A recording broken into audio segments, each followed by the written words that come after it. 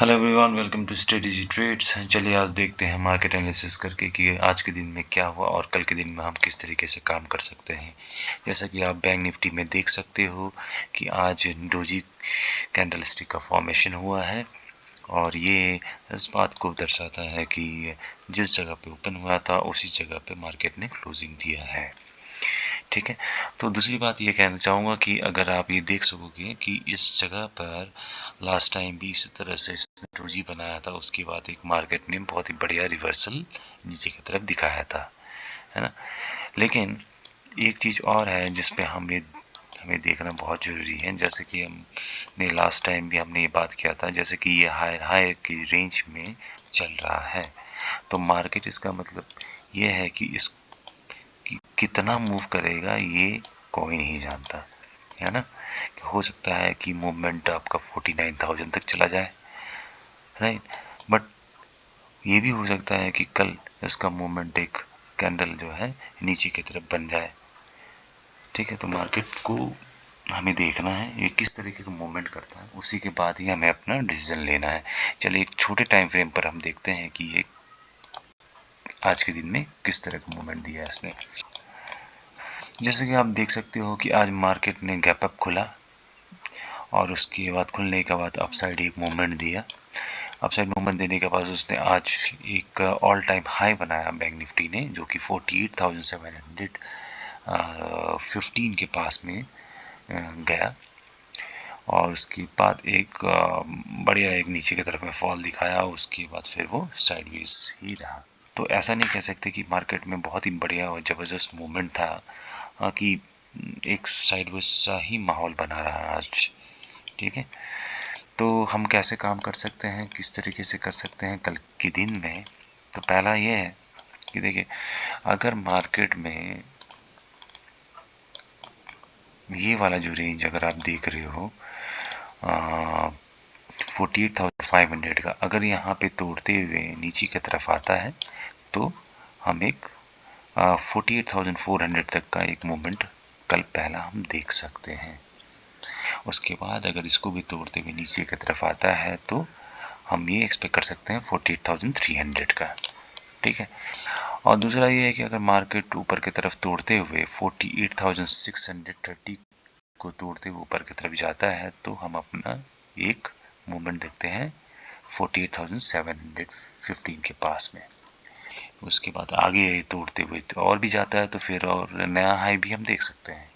ठीक है, तो ये रहेगा हमारा कल के लिए निफ्टी बैंक में कि किस तरीके से हम इसमें काम कर सकते हैं। तो चलिए निफ्टी 50 में देखते हैं कि इसमें किस तरह का कैंडल स्टिक का फॉर्मेशन हुआ है। तो जैसे कि हम क्लियरली देख सकते हैं, निफ्टी ने एक नया हाई बनाया आज के दिन में और एक बुलिश कैंडल का फॉर्मेशन किया है। ठीक है, तो एक छोटे टाइम फ्रेम पर देखते हैं कि यहाँ कि हम किस तरीके से कल के दिन में हम काम कर सकते हैं। जैसे कि आप ये देख सकते हो कि मार्केट आज गैप अप खुला, गैप अप खुलने के बाद में एक बढ़िया मूवमेंट ऊपर की साइड में दिया। उसके बाद एक फॉल किया, फॉल करने के बाद में फिर वो साइडवेज सा ही माहौल बन गया, है ना। तो हमारा पहला जो ट्रेड होगा, जो कि हम नीचे के लिए अगर सोचें तो 20,618 के नीचे ही हम देख सकते हैं। अगर यहाँ से फॉल करता है तो 20,500 तक हम सोच सकते हैं इसका नीचे के लिए। ठीक है, और उसके बाद अगर ये 20,470 को भी तोड़ते हुए नीचे की तरफ आता है तो फिर हम एक मूव एक्सपेक्ट कर सकते हैं 20,350 के पास में। हालांकि मूवमेंट जो है इसके ऊपर के साइड में ही निफ्टी का चल रहा है, तो हम एक देखिए 20,700 को कल अगर ये पार करते हुए निकलता है तो फिर एक नया हाई और भी हम देख सकते हैं निफ्टी 50 में। ठीक है, चलिए देखते हैं निफ्टी मिड कैप में कि आज कैंडल का फॉर्मेशन क्या हुआ। तो जैसे कि आप देख सकते हो कि मार्केट ऊपर खुला, लेकिन उस खुलने के बाद में कैंडल जो है एक बेरिश का ही मोड़ ले लिया। तो छोटे टाइम फ्रेम में देखेंगे तो देखिए, पहले मार्केट गैप अप खुला, गैप अप खुलने के बाद में साइडवेज रहा, फिर उसके बाद एक नीचे की तरफ मूवमेंट आया जो कि 10,691 के पास में, है ना। तो एक ही कैंडल ने बहुत बड़ा मूवमेंट नीचे की तरफ में दिया, लेकिन वापस से एक ग्रीन कैंडल बना और ग्रीन कैंडल बनने के बाद में साइडवेज हो गया। तो हम इसमें किस तरीके से काम कर सकते हैं, तो 10E10 को हम देख सकते हैं कि नीचे डाउन ट्रेन के लिए हम देख सकते हैं 10,696 तक के लिए। ठीक है, अगर इसको भी तोड़ते हुए नीचे जाएगा तो 10,592 तक हम देख सकते हैं। ऊपर के लिए हम तब देख सकते हैं जब ये 10,963 को पार करता है और दूसरा 11,000 को ये क्रॉस करते हुए ऊपर की तरफ जाता है, तो फिर हम एक ऊपर के साइड में अपसाइड मूवमेंट के लिए हम देख सकते हैं। चलिए देखते हैं फिर निफ्टी में आज के दिन में किस तरह से काम हुआ।